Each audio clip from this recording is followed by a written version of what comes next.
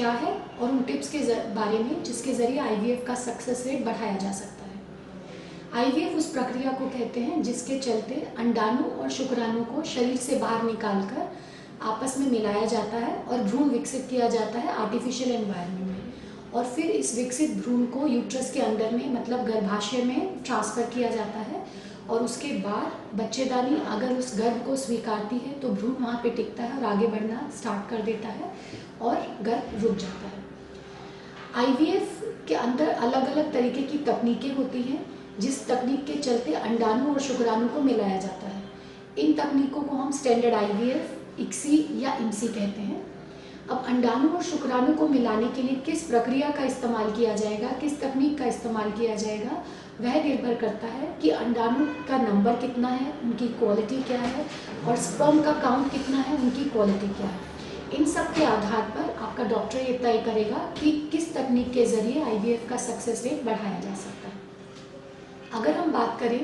उन स्टेप्स के बारे में जिनके चलते आईवीएफ की कामयाबी को हम बढ़ा सकते हैं, तो उसमें जो सबसे महत्वपूर्ण चीज़ है उस क्लिनिक का चयन जिसे आप अपने इलाज के लिए चुनते हैं। क्लिनिक चुनते टाइम सबसे पहले ये ध्यान रखना चाहिए कि जो भी क्लिनिक आप चुन रहे हैं वहाँ पे इस ट्रीटमेंट को देने के लिए एक पूर्ण टीम हो। उस टीम के चलते reproductive medicine specialist, embryologist, andrologist, gynaecologist, सभी डॉक्टर्स एक ही क्लिनिक के अंदर में उपलब्ध हों। साथ ही साथ जो क्लिनिक है उसके अंदर सारी सुविधाएं इनफर्टिलिटी की जांच संबंधित, इलाज संबंधित और कोई भी प्रॉब्लम अगर आती है तो उसको टैकल करने के लिए उपलब्ध हो। तो जब भी अगर आप क्लिनिक चुनने जाते हैं तो आप इन सब चीज़ों का ध्यान ज़रूर रखिए, और साथ के साथ ये भी जानना ज़रूरी है कि आईवीएफ की ज़रूरत क्यों है, और अगर हम लोग आईवीएफ में जा रहे हैं तो उस पूरी प्रक्रिया को ढंग से समझिए, उसके अंदर होने वाले स्टेप्स को समझिए और क्या क्या प्रॉब्लम आ सकती हैं पहले से ही उनको जानना ज़रूरी है। जब तक हम लोग साइंस की लिमिटेशंस को नहीं समझेंगे, हम लोग रियलिस्टिक नहीं होंगे, तब तक हम अगर आईवीएफ में जाते हैं तो ये प्रक्रिया हमारे लिए बहुत कष्टदायी भी हो सकती है, और ऐसा भी हो सकता है कि हम लोग कोई लापरवाही कर दें जिसके चलते हम लोग इसकी सक्सेस को ड्रॉप कर सकते हैं। तो अगर हम लोग आईवीएफ को स्टेप बाय स्टेप समझ लेते हैं तो इस तरीके की किसी भी गलती की होने की संभावना ना के बराबर रह जाती है। तो अगर हम लोग स्टेप्स की बात करें तो सबसे पहले वो जांचें कराना ज़रूरी है कि आईवीएफ क्यों कराया जा रहा है और किस तरीके के आईवीएफ में हमें जाने की ज़रूरत है। आईवीएफ मेनली कुछ 5 मुख्यतः कारणों के लिए किया जाता है। पहला, अगर नली ब्लॉक है या नली में कोई खराबी है तो आईवीएफ ही एकमात्र विकल्प रहता है। हस्बैंड के स्पर्म में अगर बहुत ज़्यादा खराबी है या थोड़ी बहुत खराबी है किंतु पहले आईयूआई फेल हो चुके हैं, तब आईवीएफ एक रास्ता रह जाता है। अगर किसी के हस्बैंड के वीर्य में स्पर्म की मात्रा 0 है किंतु टेस्टिस के अंदर में स्पर्म मिलने की संभावना है, तो आईवीएफ की एक खास तकनीक जिसे हम लोग बोलते हैं टीसा या टीसी इक्सी, उसके ज़रिए खुद का ही बच्चा ठहराया जा सकता है। वो दंपति जिनमें उम्र की वजह से या किसी बीमारी जिसे हम लोग एंडोमेट्रियोसिस या प्रीमेच्योर ओवेरियन फेलियर या रिड्यूस्ड ओवेरियन रिजर्व्स या बार बार गर्भपात हो जाने की वजह से खुद के अंडे से गर्भ धारण मुमकिन नहीं है, उन्हें दूसरी औरत से अंडा लेकर के गर्भ धारण कराया जा सकता है, और इसके लिए हम लोग डोनर एग आईवीएफ प्रक्रिया का सजेशन देते हैं। वो दंपति जिनमें बाकी सभी इलाज जैसे दवाइयाँ, आईयूआई फेल हो चुके हैं या बार बार गर्भपात हो रहे हैं फिर भी कोई वजह नहीं मिल रही है, तो उन दंपतियों के लिए भी आईवीएफ एक अच्छा विकल्प हो सकता है।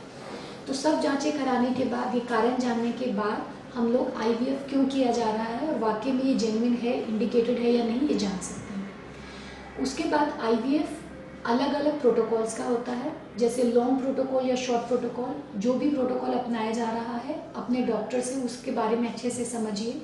कब कब क्लिनिक आना है ये जान लीजिए और अकॉर्डिंगली अपने स्केड्यूल को प्लान करिए ताकि उस दौरान किसी भी तरीके की डिस्टर्बेंस नहीं हो। और ऐसा नहीं होना चाहिए कि जिस डेट को क्लिनिक में बुलाया जा रहा है आप अपने किसी और प्रोफेशनल या पर्सनल कमिटमेंट की वजह से उस डेट में अगर नहीं पहुंच पा रहे हैं तो उससे हमारे ट्रीटमेंट पे असर पड़ सकता है, और अगर ट्रीटमेंट पे असर पड़ेगा तो सक्सेस में भी ड्रॉप आ सकता है। इसके बाद ट्रीटमेंट के दौरान होने वाली परेशानियों को पहले से ही समझ लेना अच्छा रहता है, ताकि अगर ट्रीटमेंट में के दौरान कोई भी इस तरीके की न्यूज़ आउटब्रेक होती है तो हम लोग निर्णय लेने में सक्षम और किसी तरीके की टेंशन में नहीं है। आईवीएफ के दौरान कुछ ऐसी बातें रहती हैं जो केवल पहली बार आईवीएफ में हमें पता चल सकती हैं, जैसे अंडे की क्वालिटी क्या है, अंडा और अगर स्पर्म को हम मिला रहे हैं तो फर्टिलाइजेशन हो रहा है या नहीं हो रहा है, भ्रूण की क्वालिटी क्या है। ये कुछ चीज़ें ऐसी हैं जिसे हम लोग पहले किसी भी तकनीक या टेस्ट के ज़रिए पता नहीं करा सकते हैं। तो ऐसा भी हो सकता है कि ड्यूरिंग ट्रीटमेंट अगर हमें ये पता चलता है तो उससे हमें घबराना नहीं चाहिए। रियलिस्टिक होकर के साइंस की लिमिटेशंस को समझते हुए अगर हम आगे बढ़ेंगे तो कोई ना कोई हल ज़रूर निकलता है। और आईवीएफ के दौरान जितनी भी दवाइयाँ दी जाती हैं उन्हें सही समय से खाना ज़रूरी है। अगर कोई भी मेडिकल डिसऑर्डर पहले चल रहा है या किसी चीज़ का इलाज चल रहा है, चाहे वो मानसिक बीमारी हो या कोई शारीरिक बीमारी हो, उसे अपने डॉक्टर्स के साथ डिस्कस करिए, वो दवाइयों को दिखाइए। अगर कुछ दवाइयाँ ऐसी होती हैं जिनके चलते प्रेगनेंसी धारण करना उचित नहीं रहता है तो उन दवाइयों को हमें पहले ही बदलना रहता है और ऐसे विकल्प में जाना रहता है जिससे प्रेगनेंसी के दौरान या इलाज के दौरान बच्चे या माँ को कोई दिक्कत नहीं हो। लेकिन इन सब चीज़ों को खुल करके अपने डॉक्टर्स के साथ डिस्कस करना बहुत ज़रूरी रहता है। आईवीएफ के दौरान और बाद में किसी भी तरीके की बेड रेस्ट की या अपने काम को छोड़ने की ज़रूरत नहीं होती है। इसके साथ जुड़े हुए कुछ मिथ हैं या हम बोलते हैं गलत धारणाएं हैं जिसके बारे में हमें जानना ज़रूरी है। एक तो ये कि आईवीएफ में किसी भी प्रकार की भर्ती की ज़रूरत नहीं होती है, इसमें कोई भी ऑपरेशन नहीं लगता है, कोई चीरफाड़ नहीं होती है, ये एक साधारण प्रक्रिया है। केवल 1-2 ही कॉम्प्लिकेशंस हैं जो आईवीएफ के दौरान हो सकती हैं और उन कॉम्प्लिकेशंस को भी अगर केयरफुली पहले से ध्यान में रखा जाए और अगर आप प्रॉपर डॉक्टर या क्लिनिक को सिलेक्ट करते हैं तो उनसे बचा जा सकता है। जैसे ओवेरियन हाइपरस्टिमुलेशन सिंड्रोम, ये एक ऐसी तकलीफ़ है जो ज़्यादातर यंग लेडीज़ को या कुछ एक खास तरीके की प्रॉब्लम जैसे पॉलीसिस्टिक ओवरी है तो उन लेडीज़ को हो सकता है। लेकिन अगर हम ट्रीटमेंट के दौरान केयरफुल रहते हैं तो इस कॉम्प्लिकेशन से भी बचा जा सकता है। तो ये सब चीज़ें तभी पॉसिबल है अगर ऐसे क्लिनिक में इलाज कराया जाए जहाँ पे सभी सुविधाएं उपलब्ध हों, जहाँ पे एक ऐसी टीम उपलब्ध हो जो इसके बारे में जानती है और समय रहते उसका डिटेक्शन करके इलाज कर सकती है। अवेटा टेस्ट ट्यूब बेबी सेंटर को इसी उद्देश्य के साथ में इस्टेब्लिश किया गया है कि हम निसंतान दंपतियों को विश्व स्तरीय इलाज की सुविधा उपलब्ध करा सकें, एक ऐसे माहौल में दे सके जहाँ पे इन सभी बातों का ट्रांसपेरेंसी और ऑनेस्टी के साथ में ध्यान रखा जा सके।